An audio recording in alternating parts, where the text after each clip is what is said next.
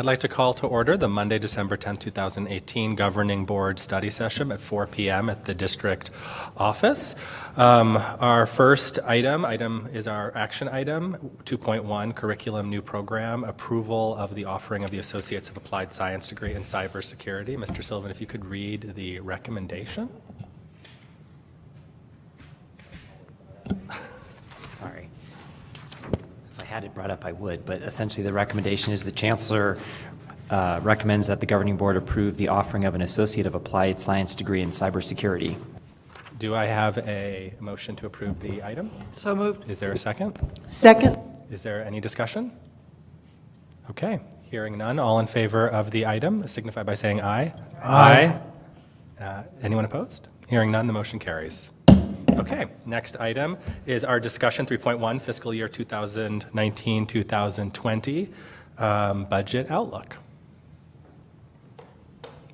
Chancellor Lambert. Yes, we're very pleased to present to you just some of the initial beginnings of the development of our budget for this fiscal year 2019.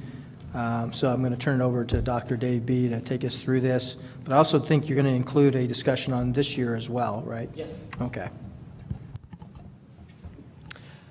Chairperson Klinko, members of the board, Chancellor Lambert, colleagues and guests. As it is our practice, today's session is our effort to kick off the annual budget process. So we're talking about fiscal year 2020 with an open discussion about where we finished fiscal year 18, how we're doing fiscal year 19, and then what the different opportunities and challenges are going to be that we're going to be talking about more in earnest and more in detail in the spring. It's our opportunity to get some early feedback from the board, some early direction from the board related to the various, the particular variables. It's also our opportunity to give you sort of a early view on what some of the projections look like they're going to be in the coming year. So it's sort of a beginning of the next 6 months talking about the budget. So with that, I will start the presentation, and there we go. So the first slide, this slide came from the HLC visit, and you can't see it too well, at least I can't with that slide that's up on this side.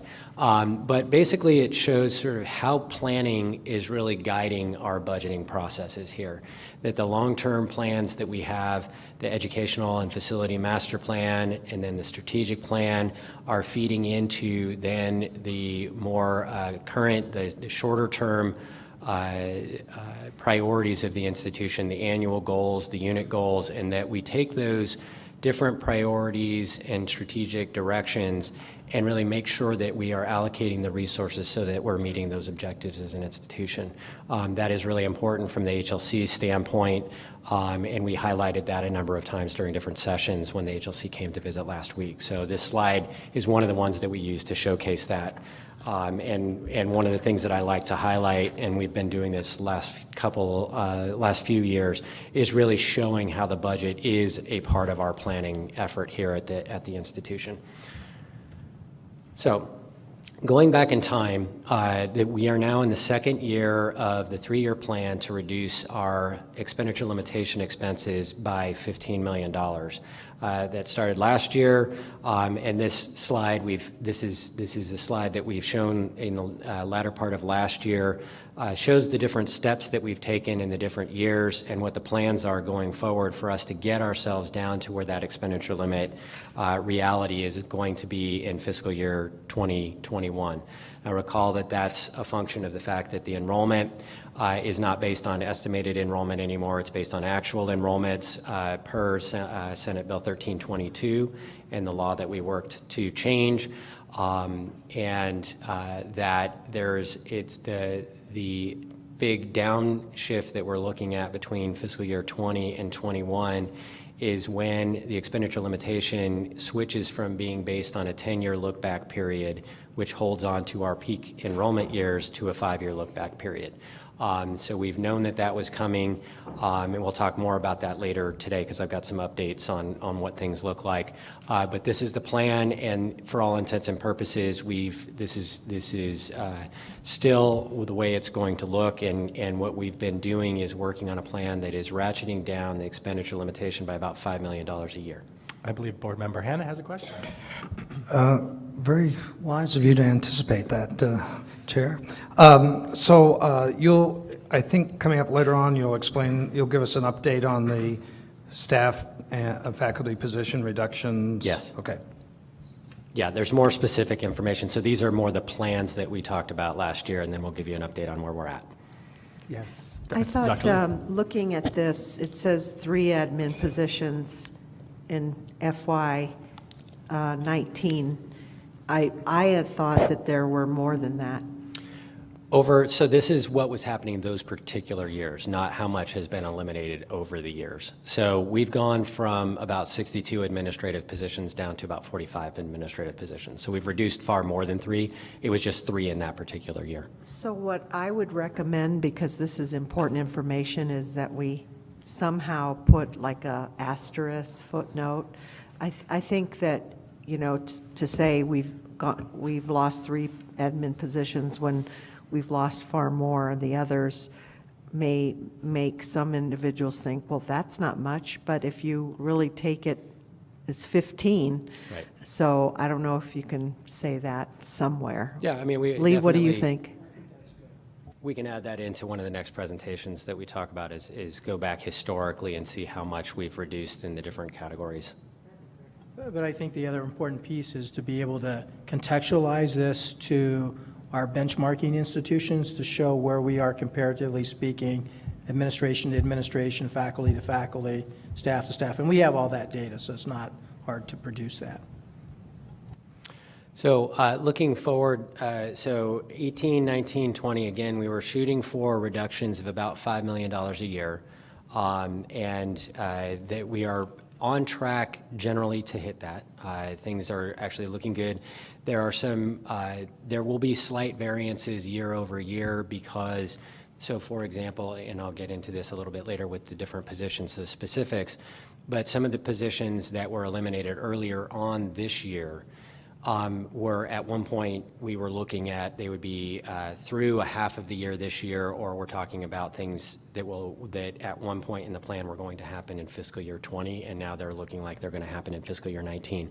So if we had someone where a couple of administrative positions in particular were eliminated at the very early part of this year, and there were some separation agreements tied that had some payments related to them, that the costs are actually absorbed already in the current year, and it's sort of so they're front-loaded in some cases, so the plans kind of vary a little bit.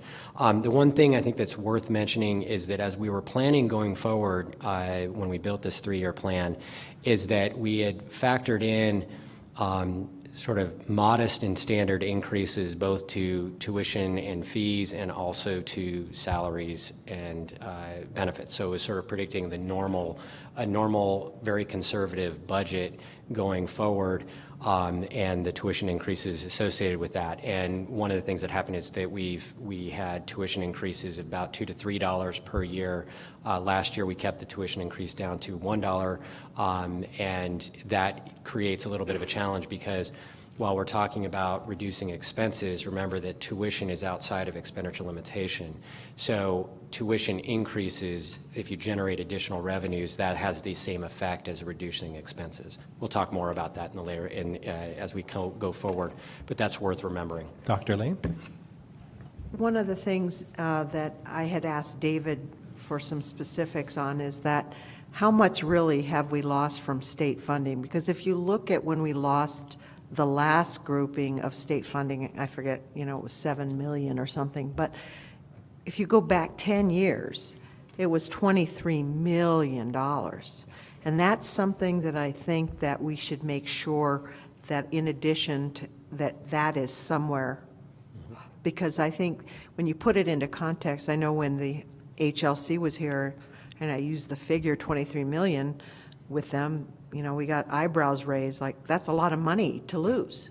So it really helps our employees understand why we've gone through what we've gone through. Mr. Hanna? Dr. B, so let me make sure I understand. So the $15 million reduction plan is predicated on us increasing tuition and increasing the property tax levy, right?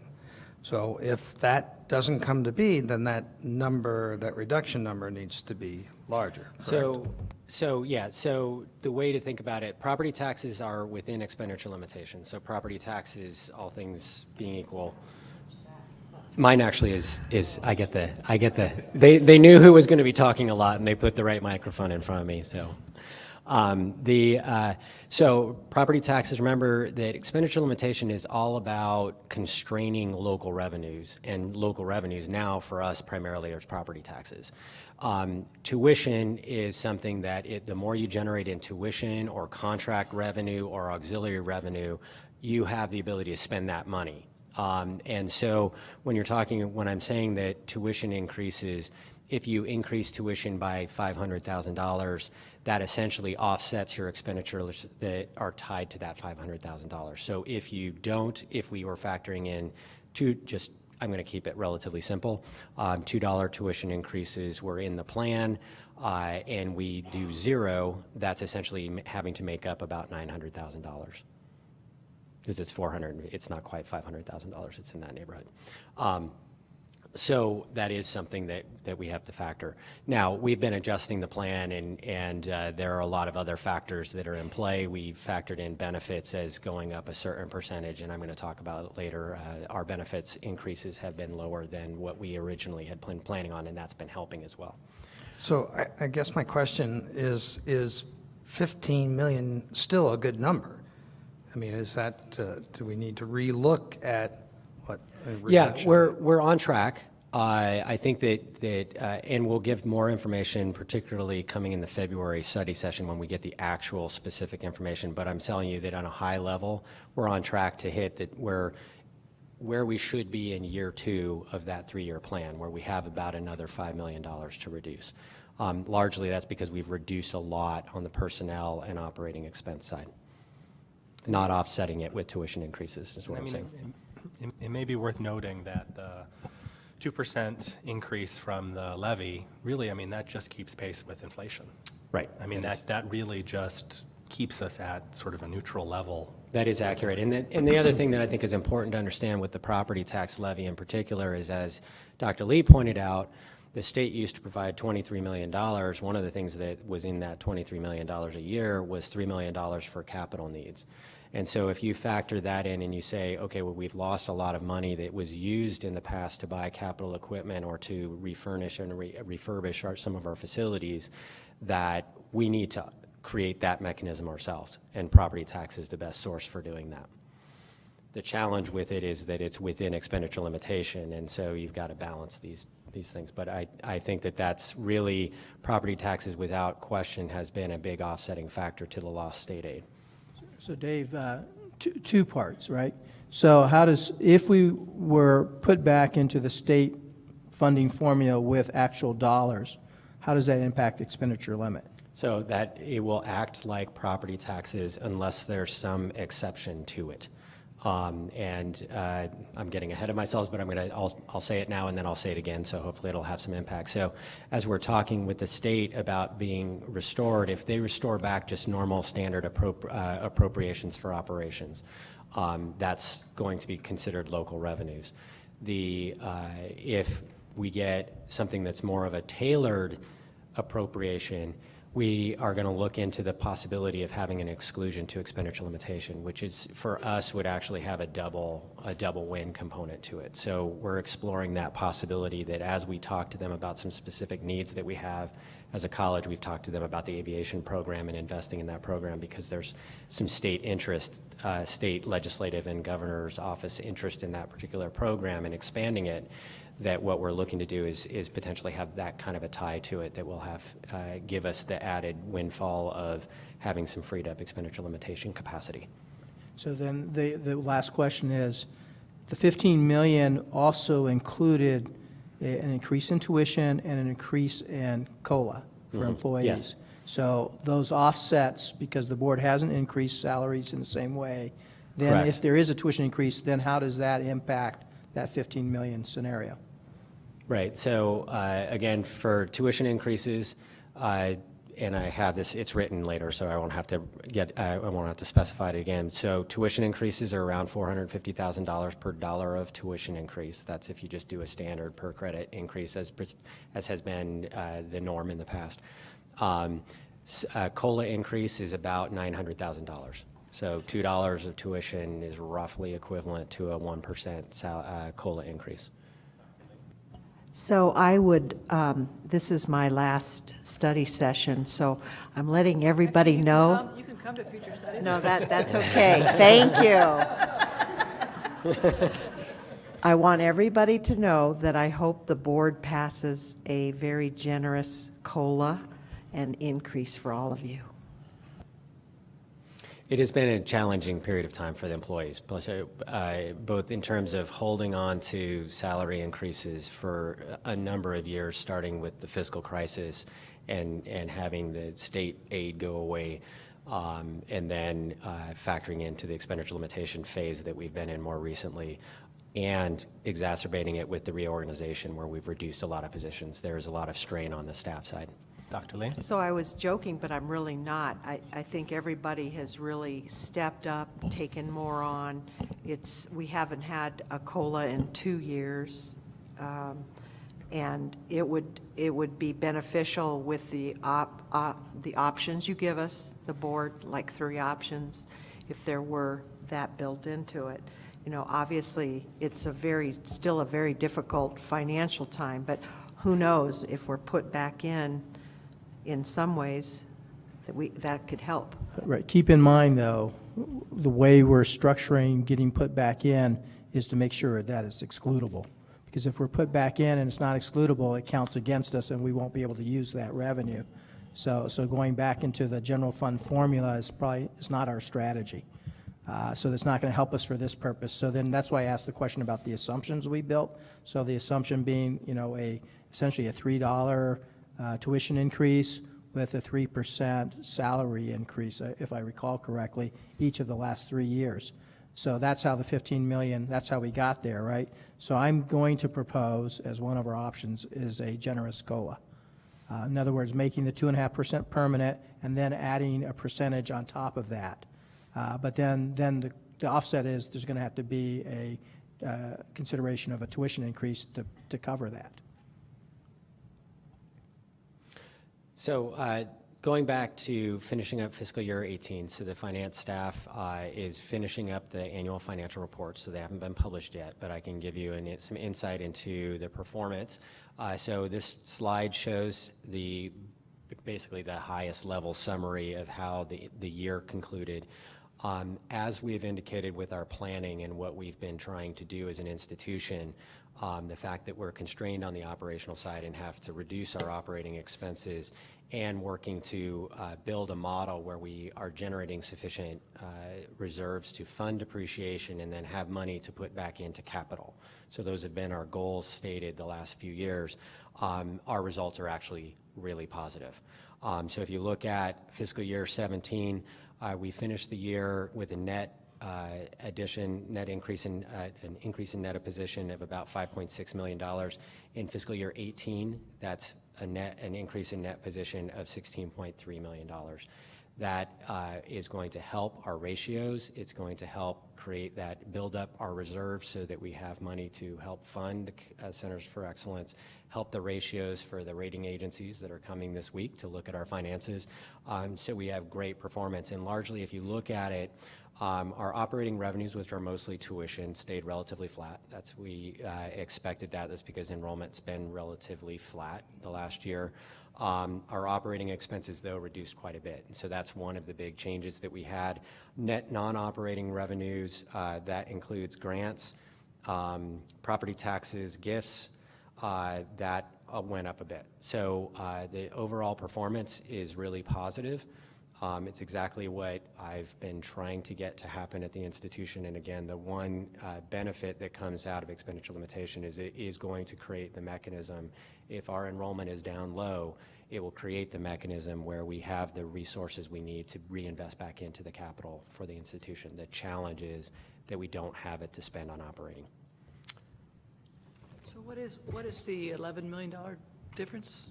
No, between income before appropriations? So it's mostly property taxes, but property taxes is about $4 or $5 million, totally planned. We knew that was going to happen. Our expenses are down by about $5 million, so that's $10 million of it. And then there's some changes in some of the liability changes and so forth. So a few of it, it's really what I would say a $10 million improvement year over year. Now, that's important because that's additional money that we can now put into our investment pools.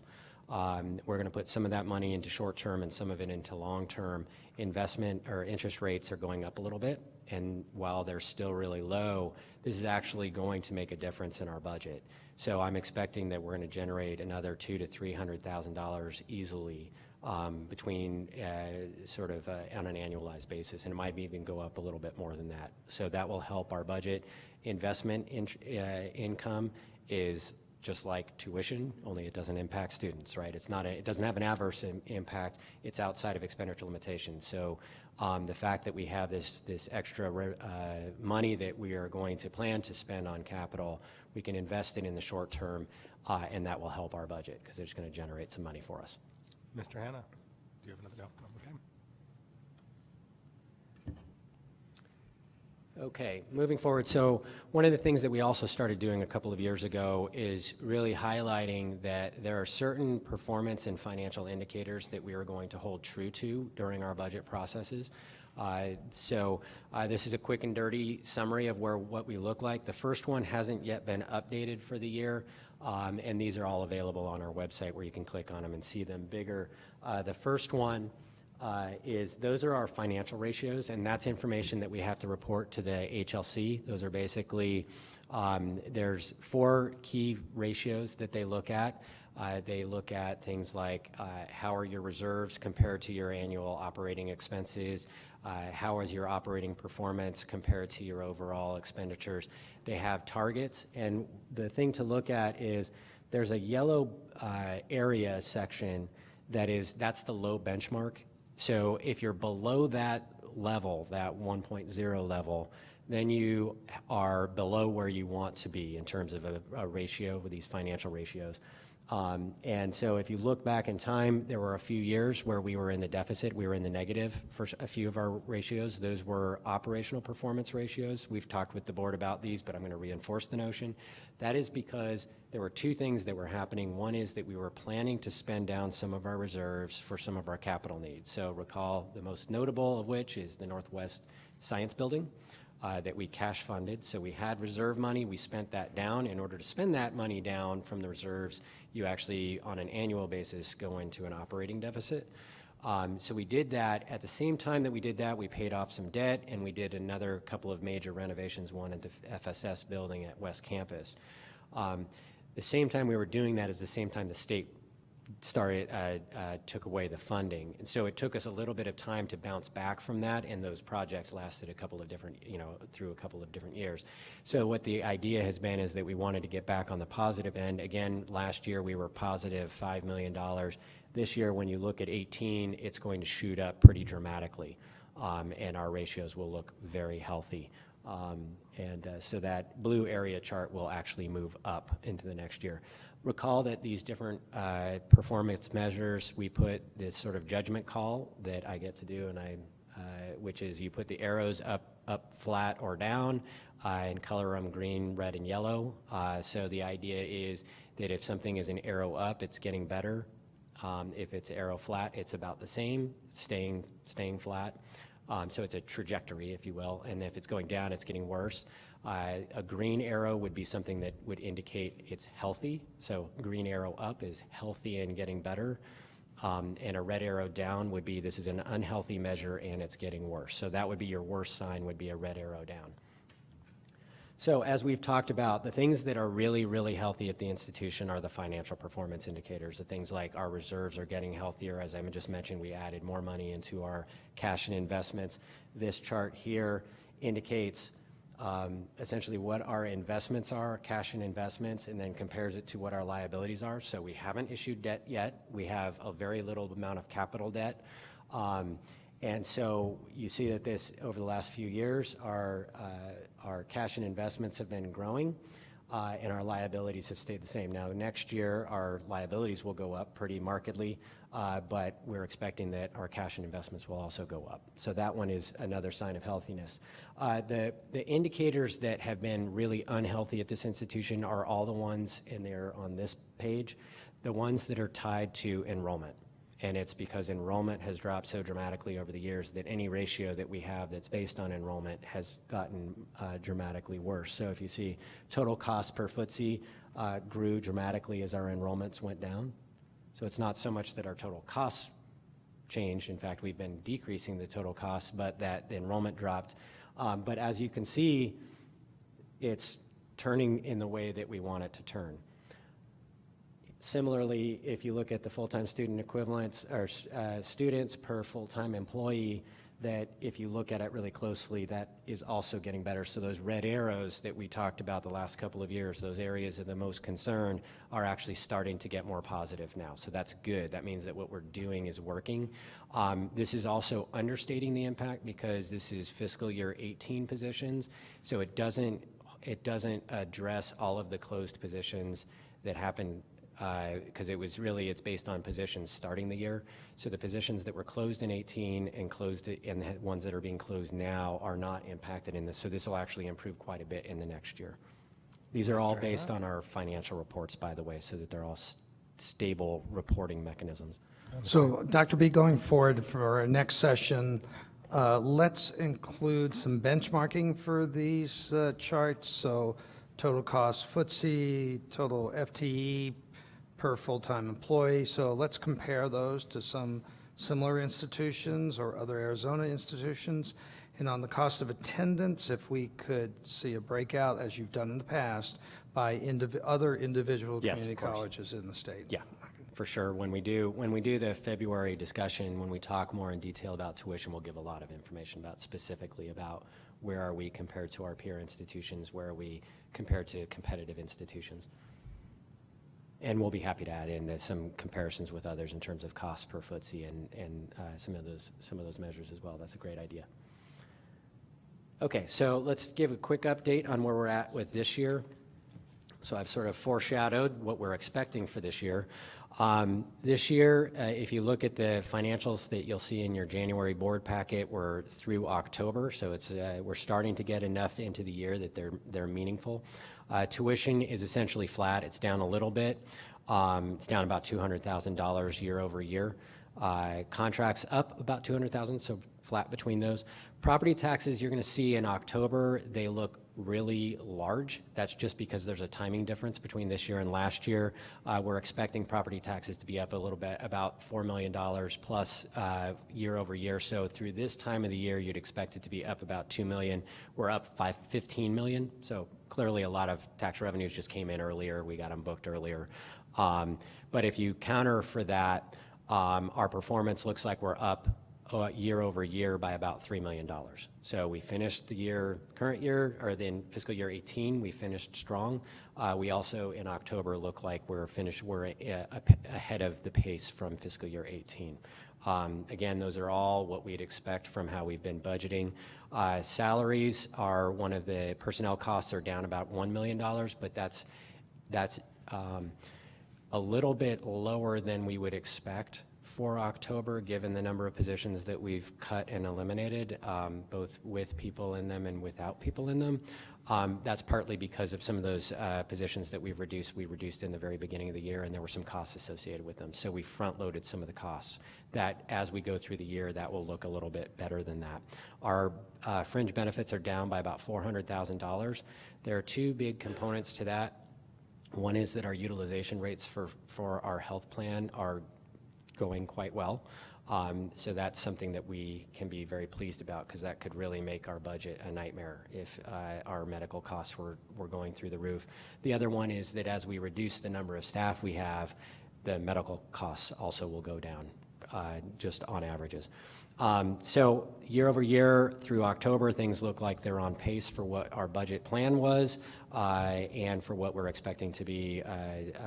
Investment income is also up, and that's we shifted some money from the shorter term investment pool to the longer term investment pool to get, and we're expecting that decision is going to improve this year's revenue by about $80,000. So we're looking to do everything we can on the investment side to help with the budget challenge.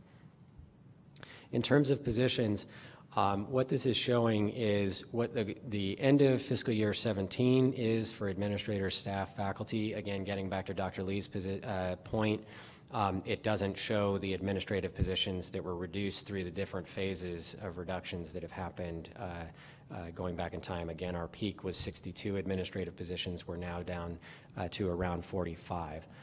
Proportionately, that's a very large impact. But one that we've been working on reorganizing and figuring out how to do those efficiencies. So the end of fiscal year 17 is the first column. The goal identified there is the next column.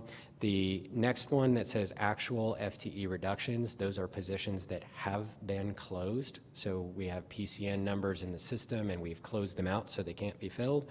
The goal FTE is the one that's right next to it, and then the actual FTE as of December.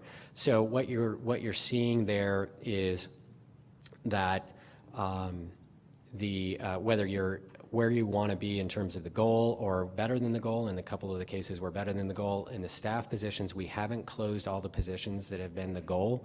We have more than enough vacant positions. Some of it is working through reorganizations, and as they recruit positions within one area, you have to hold the positions open until you fill the positions that you want to fill at the higher level, and then when you fill them, you can close them behind.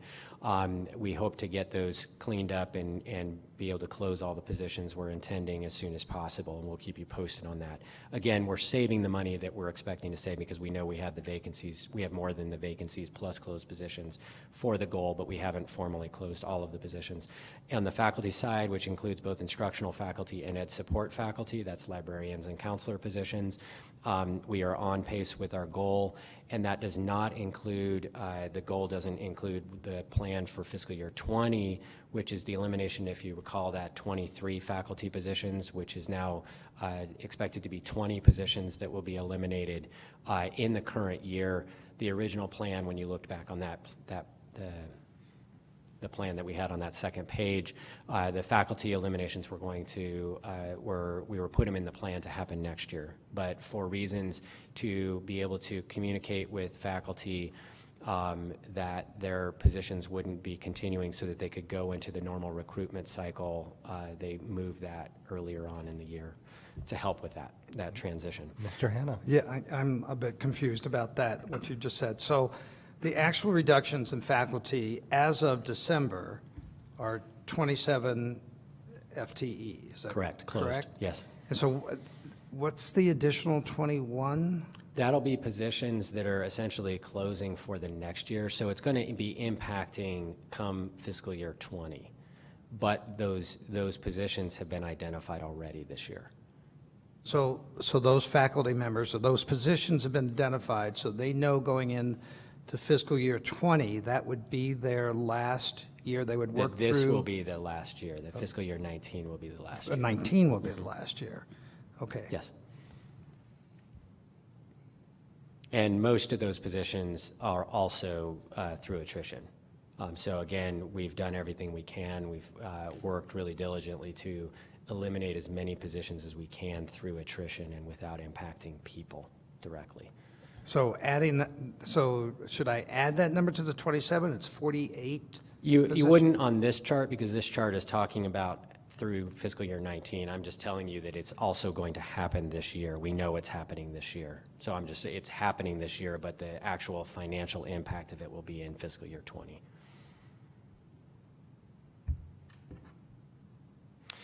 All told, the eliminated positions will be well over $11 million per year.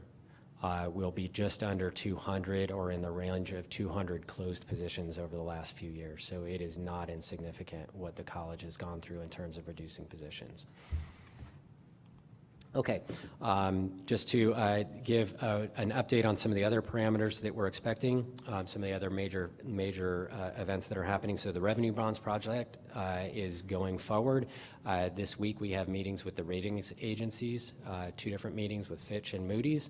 We're expecting those to go favorably, and we're on pace to still issue in July.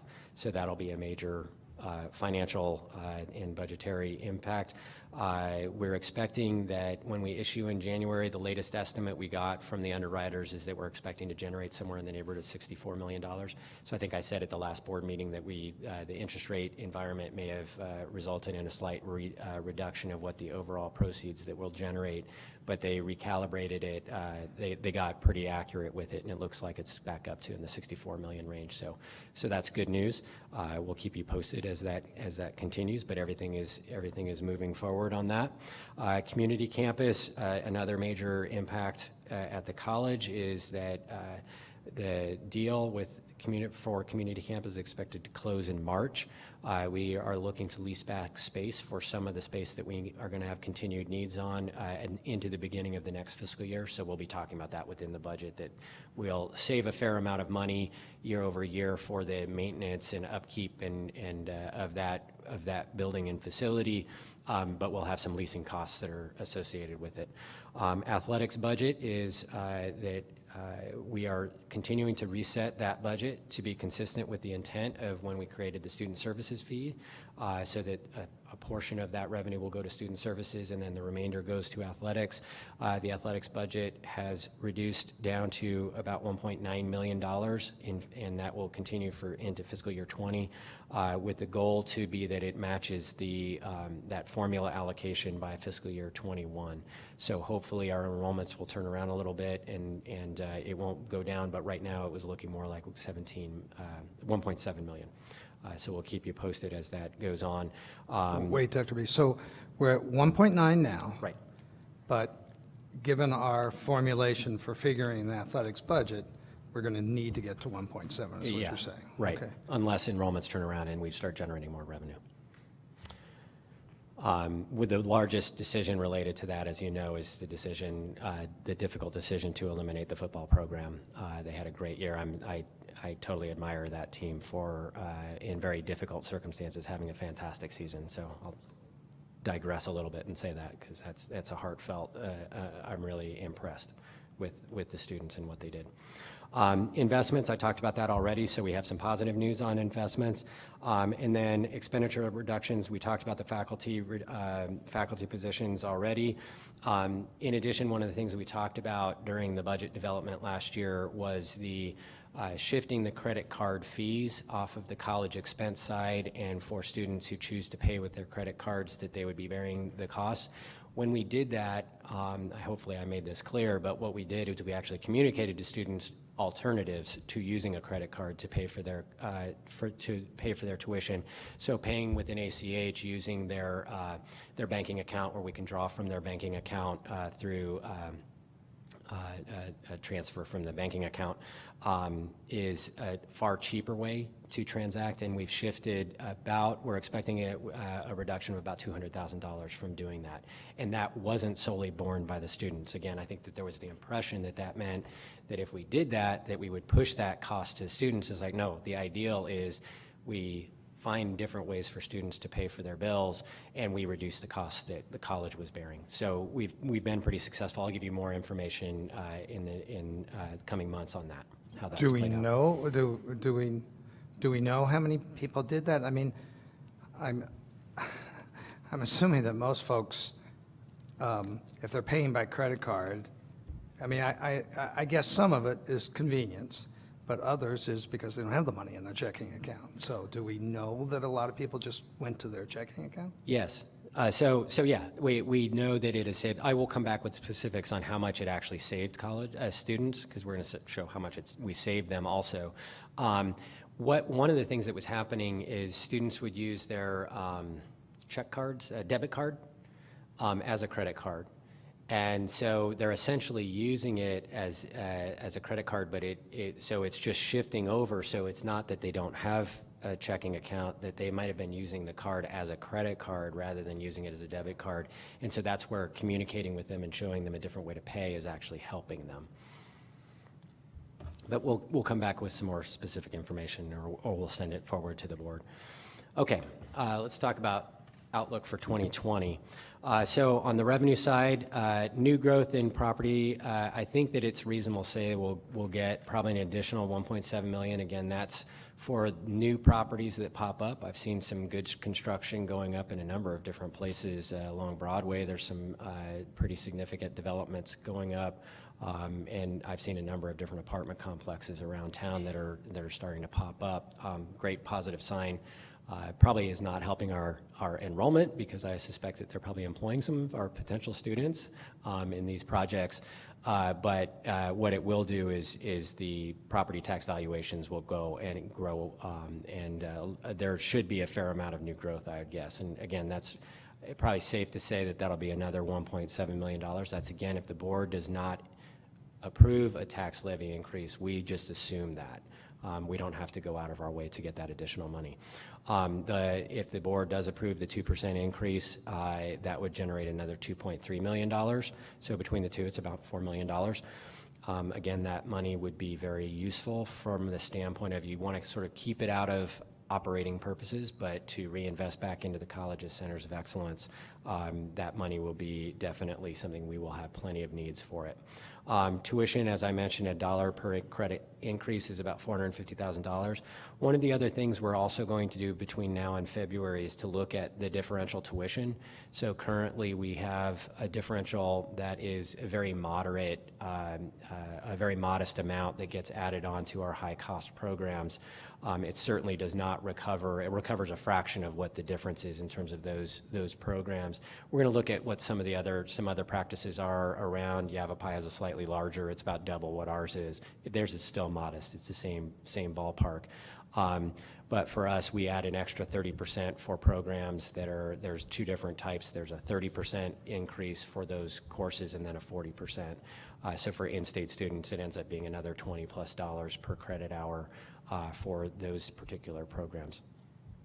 So we'll look at that. When we instituted that and we created that, that generated about $500,000. So in totality, it's not insignificant to make changes to differential tuition. And again, that was going from no differential tuition to the 30 to 40% range where we're at now. Now, enrollments were higher at that time, so it's probably less than that now, probably in the range of $400,000. But if you doubled it, you could probably say it would probably be about $400,000. I think that's a safe guesstimate. State aid, I mentioned this earlier, that when we're talking with the state about adding appropriations, one of the things that we're looking at is targeting, that they're interested in giving specific targets to the appropriations. They're not that interested in adding back into operations for Pima and Maricopa, unfortunately.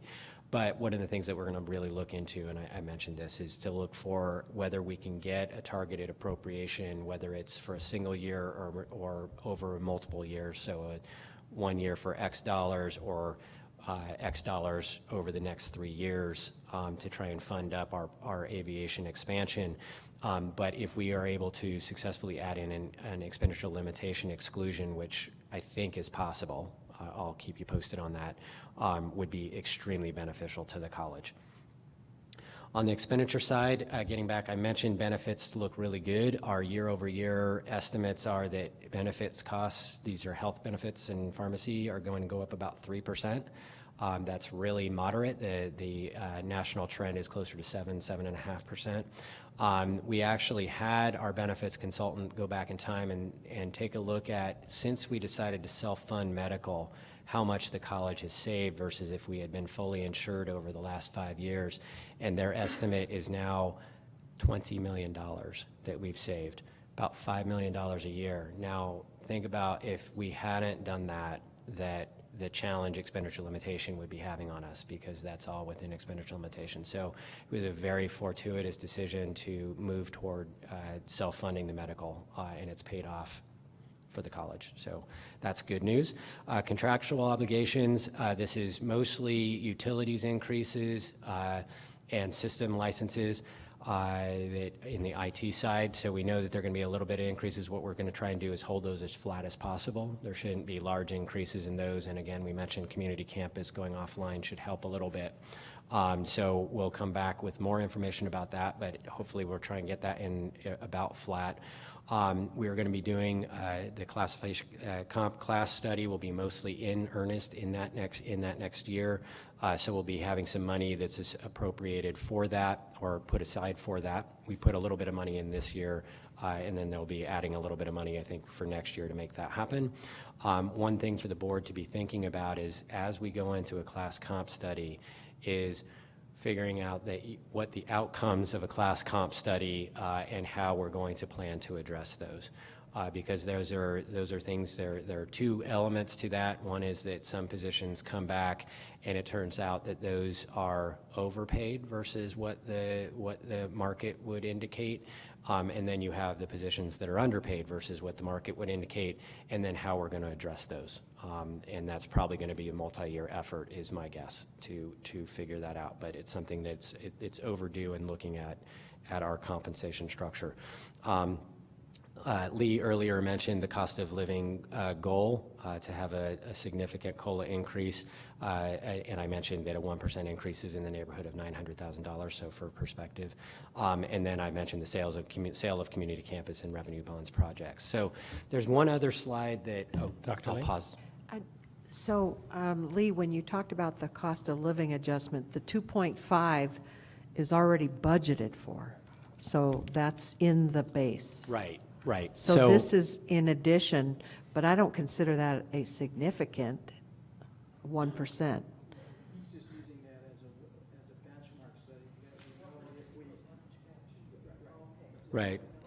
Right. So if it's 3%, it's 2.7 million. Yeah. But the 2.5 was 2 years ago. We didn't do it, we just leveled it. Yeah. okay. Right. Right. So it's budgeted. Yeah. So the first conversation again is going to be, do we make that permanent, if you will, just, and then we've had the conversations off and on about that.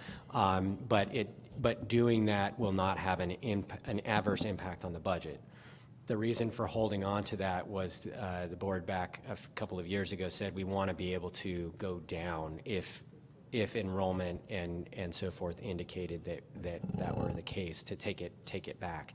But to keep it or to make it permanent would not have a budgetary impact. That's flat from my standpoint. Just make sure I understand. So we did the 2.5 2 years ago, so employees, yes, 2 years ago, so salaries increased 2.5. They did not, we just maintained that. They did not increase again Correct. last year, okay. Correct. So if you don't make it permanent, and let's say we took it back, then that's a savings back to our general fund budget.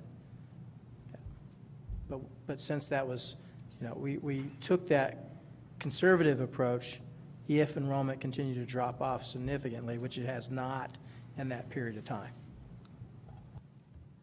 Here's an update to the full-time student equivalent enrollment, where it shows what the added amount we get for CTE is. Essentially, year over year, between 17 and 18, we were almost exactly flat. And which is a little bit disappointing because we were hoping to be up a couple of percent, but year over year ended up being essentially flat. Now, as the board knows, the fall enrollment was down, and spring is early, but it looks definitely more favorable than fall so far. It's very early, but looks better than fall did. That's really good news, but again, in fall, we know that we had the changes to the science-based programs where we realigned the credits to be tied to what the transfer-based credits were like, which is a good thing for students and for the programs, but isn't a good thing for FTSE. And also with the decision from the state Supreme Court about DACA had an adverse effect on our enrollment. And then again, enrollments for community college nationwide and regionally are are continuing to struggle. So what we're seeing is unfortunate. It's an unfortunate trend, and then we have our own sort of unique qualities to it. One thing that is often asked is, okay, what is the impact of that expenditure decline? So this chart is actually designed to show what the impact is of what fiscal year 19 looks like. I'll pause. Remind everyone we have about 10 minutes left. Yep. So one of the things that I would recommend, and I think Lee talked about it in an HLC meeting, is that if you look at the Pima County pipeline for the high school graduates, I think you said it was 8% down? From 2010 to 2015, 8%. So what I would recommend is somehow mirroring, granted, we get a percentage of those high school graduates, but it's important for everyone to know what we're working with. Although the older, above 24 or above 30, 50 are going up, we also know we get a very small percentage of that. So I would just recommend, it helps people understand what we've been dealing with. So this slide shows what the impact is of a reduction in enrollment for fiscal year 19. So it's just a ballparked measure that if 19 for fall and spring is down 5%, which it does not look like it's going to be this bad, by the way, but if fall and spring are down 5% and our other enrollments are flat, again, reasonable assumptions, that the impact on that first difficult year, fiscal year 21, expenditure limitation goes from last year we were planning on 87,358,000, goes down to 86,786,000. So it's an impact of about $600,000 of expenditure limit change, right? Remember that we're going to have a 5-year average of any of these changes once we reset to this new reality. Now, this also shows that going forward, it continues to be a problem. If enrollments stay flat at that level, it will be a challenge going out into the future. But that it doesn't have an immediate impact like this cliff that we're talking about, and that's because of the switch from the 10-year to the 5-year. And then the last thing that I want to say, and this is just the lead into what we will be talking about in February, is much more detail about the specifics of estimates and with the different financial indicators, more refined information about expenditure limitation based on enrollments that we'll know from spring, looking at tuition and market-based comparisons, and so forth. So what you've come to see in the past, this model where we really model out what the realities are so that we stay on a good financial course and do maximize what our resources are. And it's clear one of the priorities is going to be looking at a COLA increase. And so with that, I'll turn it over to the board and ask for any feedback y'all might have. Mr. Hanna? So let's get real here, because we know that this board is going to change come January. And I think most folks know my opinion on tuition increases. So I surmise that when you come to us in February, we'll have the 3 option deal.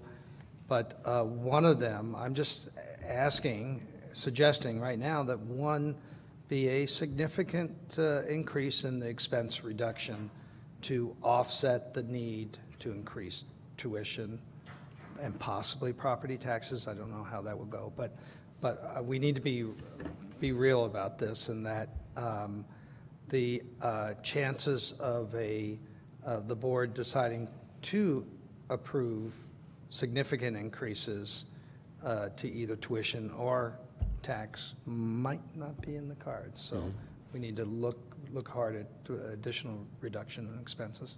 Yeah, no, that's definitely, I agree that that's one of the scenarios we need to look at as certainly a zero tuition increase scenario. But I would add, Mark, that I think for long-term planning, we have to be realistic that there are going to be, maybe not this year, but in the future, there's going to be increases in tuition in order to implement the strategic plan. So there's going to have to be some kind of compromise going forward. Are there any other questions? Oh. Hearing none, before we move to adjournment, I just want to take a point of personal privilege and again acknowledge Dr. Sylvia Lee, since this is her very last meeting sitting on this board, for her extraordinary commitment, leadership, guidance, and support, and just being an amazing person on this board. So please join me in acknowledging her.